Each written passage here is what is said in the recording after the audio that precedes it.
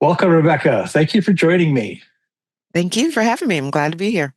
This is going to be fun. So, a little context for our audience. My name is Stephen Bocut. I am the editor in chief for Brilliance Security Magazine. And with me on the line, I have Rebekah Skeete. Rebekah is the CEO of Black Girls Hack. And they've made some very interesting changes to their SquadCon event this year. And so we just want to talk about that. I've got a few questions that I've formulated that I want to ask Rebekah, and then we'll embed this video in the full article that you're probably halfway through because that's where you'll find this video. So, Rebekah, all right, so let's start. SquadCon, tell us a little bit about what the event is. So traditionally, you've brought people together in Las Vegas during the Hacker Summer Camp event. So Right. what prompted Black Girls Hack to give SquadCon a different form this year through this squad support edition that we're going to talk about today? What's kind of the impetus behind it? Sure. Part of what even went into the name of SquadCon was always about creating a home base for our community, for a Mhm. place where the whole squad could unite. And we kind of had that home in Vegas in Hacker Summer during Hacker Summer Camp. But the truth of the matter is, but the things that's happening in life and Yeah. everything else, sometimes travel, all those things is not accessible for everyone. Travel costs. We also have international members as well. Sometimes folks have visa issues or whatever. A lot of our members are even caregivers and having those responsibilities of I maybe have the time, I maybe have the dollars, but there's someone who's dependent on me. And just the sheer expense of, having a week away, sometimes it kind of prices some talented people out of the room where opportunities happen. So always trying to take a pulse and meet our members where they are. This year we kept, thinking, how can we, in addition to the standard event, because no knocking the opportunity for people to convene in person, because there's definite value there. How can we give folks another opportunity to connect and grow and develop and just give tangible support? And the solution or the thought that we had there was to do the squad support edition. So we asked how we could give, tangible impact over geography and reach as many people as possible. And that's kind of where the squad support edition was born. Just want to bring the Okay. same spirit of community and access, but structure it around outcomes people can actually use in their careers and their lives, wherever they are. Yeah, I love that. Was there any particular experience or conversation that made you realize that a different approach was necessary, or did it just kind of gradually grow over time? It's been a combination of a couple things. Towards the end of last year and the beginning of this year, we had like mental health support sessions. It wasn't exactly therapy, but an opportunity for folks to have a professional in the room, a virtual room, and kind of talk through some of the things that they were dealing with. And there was some commonalities with some of the stressors and burdens that our members were experiencing. Some were specific to their roles, and some were just specific to being humans. We're all full and whole beings, and sometimes in order to show up to work, it's not just the skill and capability that you have or the training or whatever. It's making sure that you know that your children are safe. It's if it's a sandwich generation, I think some people who are taking care of both their children and their parents and having that support there. And so we just wanted to make sure that our support is is full, for lack of a better Hmm. term.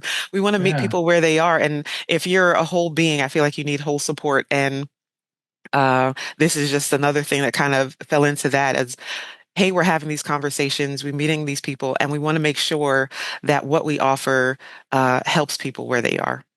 Okay, great. That's perfect. So the initiative is designed to help people that are facing unemployment. Oftentimes, you're unemployed when you're looking Mhm. for a new job, right? Or underemployment. And you've mentioned a couple of them. Can you elaborate a little bit on what some of the barriers are that you're seeing among talented people that we desperately need in our industry, Right. and yet we can't quite get across that goal line? So, what are some of those barriers? So some of these things are not unique to me, and it's echoing what I've heard and seen folks who have messaged on LinkedIn, conversations that people have had. But the most common barrier I don't believe is skill, it's access. We've Hmm. seen people who've done CTFs. People in our community who have shown up regularly, they've earned the degree, they've taught themselves, done the YouTube university, as people have phrased it, and they still can't get past an ATS filter because they don't have the quote unquote right certification or X amount of Right. years of experience for an entry level role. The mythical, well, we could probably wax poetic about that. And then certification costs can also be a wall too, because a single exam voucher can be, you know, hundreds of dollars, Sure. which is it's to the point of being unemployed or underemployed could be out of reach for someone, especially if they have to choose between paying a light bill or paying for a certification. But beyond that, there's also a network gap, and not like network plus networking, but the people that you know. Sure. I've heard it said so many times, or I've said it so many times because I've heard it said. Larry Lundy, I'll give him props since I'm quoting him.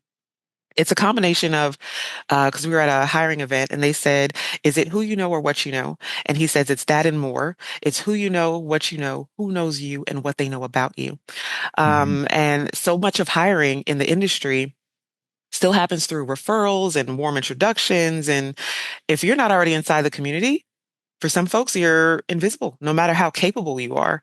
And for a lot of our members, especially women and people of color, there's the added layer of not seeing themselves reflected in the room, which also makes it harder to know what's even possible or potentially who to ask for help or Hmm. who to trust when the help is offered. Because some folks, they are genuine, and thankfully, we have a great ecosystem of other nonprofits that we work with or allies who support. But there are some people in this industry that are, for lack of a better term, parasitic and are doing Hmm. things to benefit their wallet and not necessarily the people that they are offering the help to. Yeah. Oh, that's unfortunate, but thank you for sharing that. So, I'm loving the idea. I'm sure our audience is going to be enthusiastic about this idea. But how will you measure success? So, Black Girl Hack, you hope to, in a press release that went out, you said you hope to help 100 community members earn certification through the virtual programming. So, beyond that number, Mhm. how will you determine whether the Quad Support Edition is effective in doing what it was intended to do? Sure. Um, so the 100 certification, one, I love a good theme. And so the Mhm. idea was, hey, keep it 100. Because one, I always tell people, keep it 100% is to show up as yourself. But then I also thought, hey, that works well as well, that if we at least had 100 people there. So that's where it was born, if I'm Yeah. being transparent from Okay. a theme. But the 100 certifications goal is, while it is a meaningful milestone, it's really a proxy for something bigger. We're tracking things like how many participants land an interview or a job Mm. offer within 6 months. How many have moved from underemployment into a role that matches their skills, and how many have engaged with the community as mentors or volunteers themselves. That's also something that I'm very grateful for, that we have quite a few folks who have benefited and then now want to give back. They've received a training and now they want to help train as well.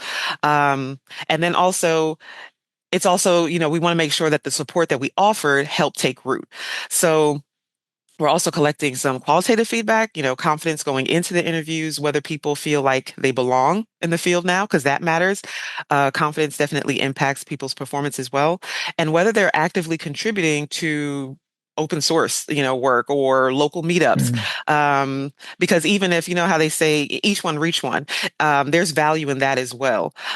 So as long as that impact is kind of having a ripple effect in the community, and then, we understand that some certifications can open doors, but the real measure of success is whether people walk through them and if Yeah. they stay, because that's important as well.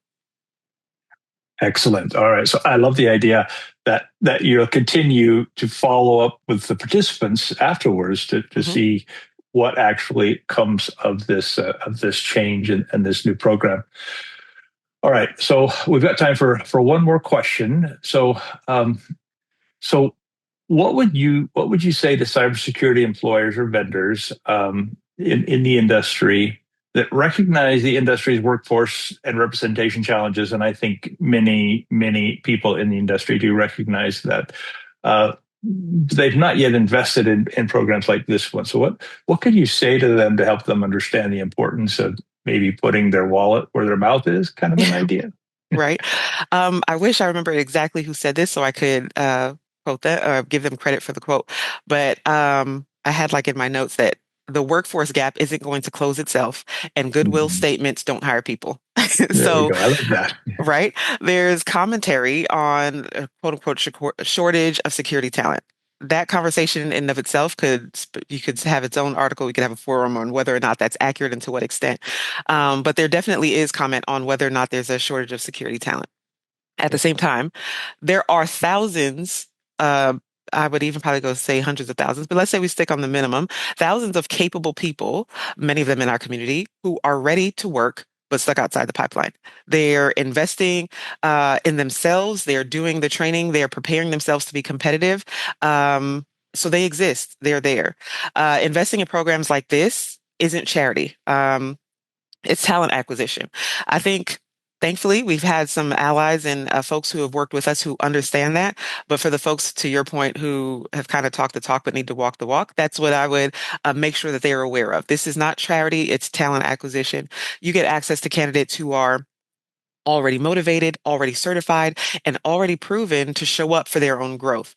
We've had folks who attended workshops 6:30 on the West Coast and on a Saturday, staying on a Friday night trying to review their resumes and things like that. People don't do that and not care about their investment into their own outcomes.